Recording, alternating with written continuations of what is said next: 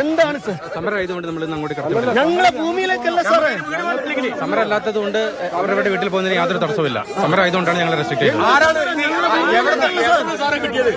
എന്ത് നിയമ നോക്കി പോലീസിനെ ഉപയോഗിച്ച ഈ എല്ലാം നഷ്ടപ്പെട്ട ഞങ്ങളെ പോലീസിനെ ഉപയോഗിച്ചാ തടയുന്നേ. നോക്കി 2 CIമാര് ഭയങ്കര വലിയ ബറ്റാലിയൻ വന്നിട്ട് ഈ പാവപ്പെട്ടവർ തടയാ. ഞങ്ങളൊരു സമരത്തിന്റെ മാനസികാവസ്ഥയിലല്ല, ഞങ്ങളൊരു സമരത്തിന്റെ മാനസികാവസ്ഥയിലേ അല്ല. ഞങ്ങളെല്ലാവരും പോയി ഞങ്ങൾ ഓരോ ഖബറിടങ്ങളിൽ ചെന്ന് നടക്കുക, ശ്മശാനങ്ങൾ കയറി നടക്കുക. ഞങ്ങൾക്ക് ഞങ്ങളുടെ കൂടപ്പിറപ്പുകൾ പോയതിന് പ്രാർത്ഥനയായിട്ട് എല്ലാ ഘട്ടത്തിലും ഉറപ്പുകൾ മാത്രമേ ഉള്ളൂ. എല്ലാ ഘട്ടത്തിലും ഉറപ്പുകൾ മാത്രമേ ഉള്ളൂ. ഞങ്ങൾക്കായിട്ട് ഒരു അവകാശവാദവും ഇല്ല. സർക്കാർ പറഞ്ഞ ഉറപ്പുകൾ പാലിക്കുക എന്ന് മാത്രമേ ഉള്ളൂ. സർക്കാർ ഞങ്ങളോട് പറഞ്ഞ ഞങ്ങൾക്ക് വേണ്ടി പണപ്പിരിവ് നടത്തുമ്പോൾ പറഞ്ഞ കാര്യങ്ങൾ പാലിക്കുക എന്ന് മാത്രമേ ഉള്ളൂ. പണം കയ്യിലാവുന്നത് വരെ സർക്കാർ പറഞ്ഞു 10 സെന്റ് ഭൂമി, വീട് എല്ലാം പറഞ്ഞു. പക്ഷെ ഇപ്പോഴോ 5 സെന്റാക്കി. മാത്രമാണോ 16 പേര് ഞങ്ങളിൽ നിന്ന് ഒറ്റപ്പെട്ടു പോയ മക്കളുണ്ട്, ഒറ്റക്കായിട്ടുള്ള മക്കളുണ്ട്. അവർക്ക് ജോലി നൽകാന്ന് പറഞ്ഞു. കൊടുത്തില്ല. അല്ല, ഞങ്ങളുടെ തീരുമാനം ഞങ്ങളുടെ ഭൂമിയിലേക്ക് പോകും. ഞങ്ങളുടെ ഭൂമിയിലേക്ക് പോകും. പോലീസുകാർ ഞങ്ങളോട് സഹകരിക്കണം എന്ന് പറഞ്ഞു. നിങ്ങൾക്കില്ല ഭാര്യയും മക്കളും കുട്ടികളും. പിന്നാലെയാണ് ഇവിടെ 2ാം ഘട്ട പട്ടിക വന്നത്. ആ പട്ടികയിലും ഒരുപാട് പേര് അതിന്റെ പേര് പട്ടിക എന്നാണോ? അതിന്റെ പേര് പട്ടിക എന്നല്ല. ചില ഉദ്യോഗസ്ഥന്മാർ വീട്ടിലിരുന്ന് ഉണ്ടാക്കിയ ലിസ്റ്റ് എന്ന് പറയാം. അതിന്റെ പേര് പട്ടികയല്ല. എന്തെങ്കിലും യാഥാർത്ഥ്യ ബോധത്തോടു കൂടിയാണോ പട്ടിക ഉണ്ടാക്കിയിട്ടുള്ളത്? നിങ്ങൾ പഠിക്കത്, നിങ്ങൾ മനസ്സിലാക്ക്. ഒരു യാഥാർത്ഥ്യ ബോധവും ഇല്ലാതെ ഇവർക്ക് താല്പര്യമുള്ള ആളുകളെ കുത്തിത്തിരിക. ഒരേ വാർഡിൽ 2 വാർഡിൽ ഒരാൾക്ക് വീട്. 17 പേര് പെട്ടിട്ടില്ല. അതായത് 1ാം ലിസ്റ്റിൽ അർഹരായിട്ട് പെടാൻ അർഹതയുള്ള 17 പേര് ഈ ലിസ്റ്റിൽ പെട്ടിട്ടില്ല. 17 പേര്. ഞങ്ങൾക്ക് ഇവിടെ അസീസ്ക്ക് അവിടെ ഉണ്ടോ? അസിക, അതാ ഇദ്ദേഹത്തിന്റെ വീട് പോയതാണ്. ഇദ്ദേഹത്തിന്റെ പേരില്ല. അവർ പറയുന്ന അവരുടെ മകന് മറ്റൊരു വീടുണ്ടായിരുന്നു. പുതിയ അബ്ദുൽ അസീസാണ് എന്റെ പേര്. എന്റെ വീട് നഷ്ടപ്പെട്ടതാണ്. എന്റെ വീട് നഷ്ടപ്പെട്ടിട്ട് പിന്നെ 2 ലിസ്റ്റിൽ പേര് കൊണ്ടുവന്നു. 3ാമത്തെ ലിസ്റ്റിൽ എന്റെ പേര് ഉൾപ്പെടുത്തിയിട്ടില്ല അവര്. അത് എന്താണെന്ന് നമുക്ക് അറിയാൻ കഴിയുന്നില്ല. മൊത്തം പോണത് നമ്മൾ കണ്ണുകൊണ്ട് കാണുകയാണ്. നമ്മൾ എന്റെ മോന്റെ വീടിന്റെ മുകളിൽ നിന്ന് കാണി ഞങ്ങളെല്ലാം ലൈവായി കണ്ട മനുഷ്യനാണ് ഞാൻ. മുണ്ടക്കായിക്ക് ജനവാസം അല്ലാന്ന് പറഞ്ഞിട്ട് ഞങ്ങളെ കൊണ്ട് ഇനിയും കൊലക്ക് കൊടുക്കാനാണ് സർക്കാർ തീരുമാനിക്കുന്നത്. അവിടെ ജനവാസം അല്ലാന്ന് പറഞ്ഞതാ. ഇനിയും പോയി അവിടെ താമസിക്കണം എന്ന് പറയുന്നത് ശരിയാണോ? അത് എല്ലാം പോയതാ.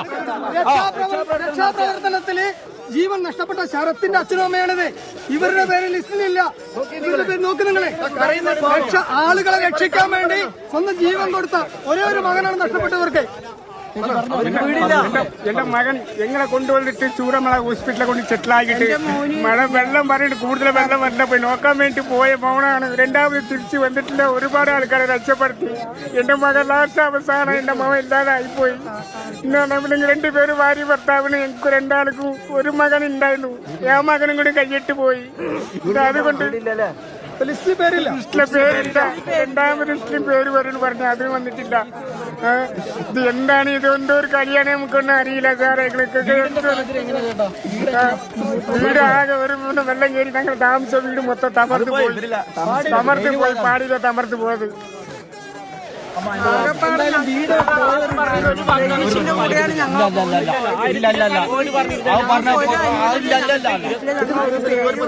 വന്നിട്ടില്ല, ഒന്നുമില്ല. ഞങ്ങളെ മോന് ശരിക്കും അറിഞ്ഞിട്ടുമില്ല.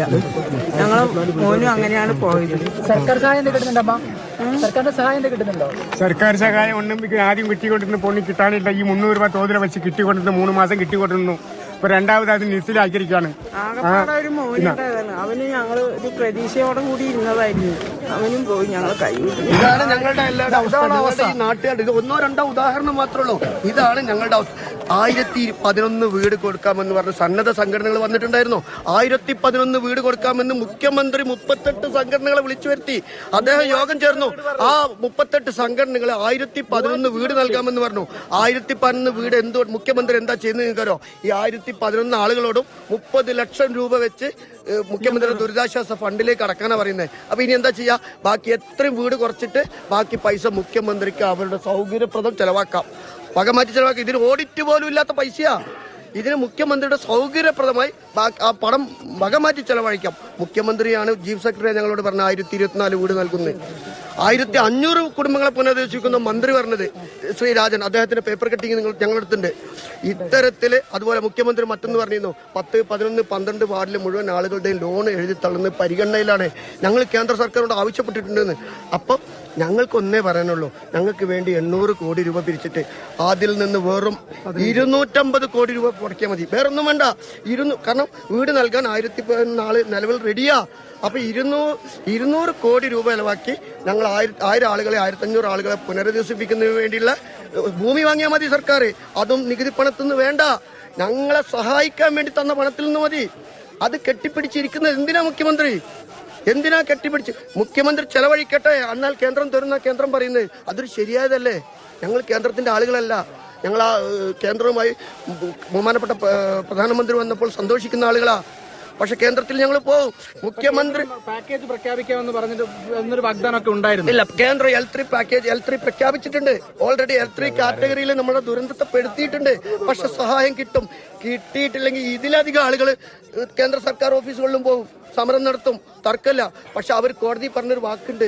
എന്താ പറഞ്ഞത്? സംസ്ഥാന സർക്കാർ പണം ചെലവഴിക്കട്ടെ, അതിനാ തോതിനനുസരിച്ച് തരും എന്ന് പറയുന്നത്. എന്താ ചെലവഴിക്കാൻ മതി? ഭൂമി ഇതുവരെ എടുത്തിട്ടില്ല, ഒരു സെന്റ് ഭൂമി എടുത്തിട്ടില്ല. അവർ കേസിന് പോവുക. അതുപോലെ തന്നെ ഇതിൽ ഒരു കാര്യം കൂടി, ഗവൺമെന്റ് ഒരു വീടിന് 30 ലക്ഷം രൂപ കണക്കാക്കുന്നു. ഇവിടെ ഭൂരിപക്ഷ ആളുകൾക്കും ഗവൺമെന്റിന്റെ പുനരധിവാസത്തിൽ വിശ്വാസം നഷ്ടപ്പെട്ട സ്ഥിതിക്ക് ഭൂരിപക്ഷ ആളുകൾ സ്വന്തം നിലയ്ക്ക് കണ്ടെത്തിക്കോളാം പുനരധിവാസം എന്ന് പറയുന്നു. പക്ഷെ ഗവൺമെന്റ് പറയുന്നത് 15 ലക്ഷം രൂപയോ കൊടുക്കുള്ളൂ. ഞങ്ങൾ എന്തുകൊണ്ടാണ് ഇങ്ങനെ ഒരു നീതി നിഷേധം? ഞങ്ങൾക്ക് നോക്കൂ, 30 ലക്ഷം രൂപ സന്നദ്ധ സംഘടനകളോട് ആവശ്യപ്പെടുന്നു. ഭൂമിയുടെ വില വേറെയും. ഈ 30 ലക്ഷവും ഭൂമിക്ക് വില വരുന്ന പണവും കൊടുത്തുകൊണ്ട് ആളുകൾക്ക് സ്വന്തം നിലയ്ക്ക് പുനരധിവാസം കണ്ടെത്താൻ സാധ്യതയുള്ള അങ്ങനെ ആഗ്രഹിക്കുന്ന ആളുകൾക്ക് അത് കൊടുക്കണ്ടേ? അതല്ലേ നീതി? ഗവൺമെന്റ് ഈ ദുരിതബാധിതരെ ഉപയോഗിച്ചുകൊണ്ട് ഖജനാവ് നിറയ്ക്കുന്ന ഒരു സമീപനമാണ് ഞങ്ങൾക്ക് മനസ്സിലാവുന്നത്. കൃത്യമായിട്ടും നോക്കൂ. അതുപോലെ തന്നെ ഞങ്ങൾ ലോണുകൾ എഴുതിത്താൻ 15 കോടി രൂപ മതി. 15 കോടി രൂപ CMDRFിലേക്ക് 722 കോടി രൂപ ഇന്നലെ വരെ കിട്ടിയിട്ടുണ്ട്. ആ 700 കോടി കയ്യിൽ വെച്ചിട്ട് കേവലം 15 കോടി രൂപ ഞങ്ങൾക്ക് വേണ്ടി ചെലവഴിച്ച് ഞങ്ങൾ ലോൺ ഇല്ലാതാവും. ഇപ്പൊ മറ്റൊരു കാര്യം പറയട്ടെ, ഞങ്ങളുടെ സമരത്തിൽ പങ്കെടുക്കുന്ന ആളുകളെ പോലീസ് ഏമാന്മാർ വഴിയിൽ ബസ് തടഞ്ഞിട്ടിരിക്കുക. സമരത്തിൽ ആളുകൾ പങ്കെടുക്കരുതെന്ന് കരുതി വഴിയിൽ സമരത്തിന് വരുന്ന ആളുകളെ തടഞ്ഞു വെച്ചിരിക്കുക. ആരോടായി കാണിക്കുന്ന പോലീസ് ഏമാന്മാർ? ദുരന്തബാധിതരോടാ.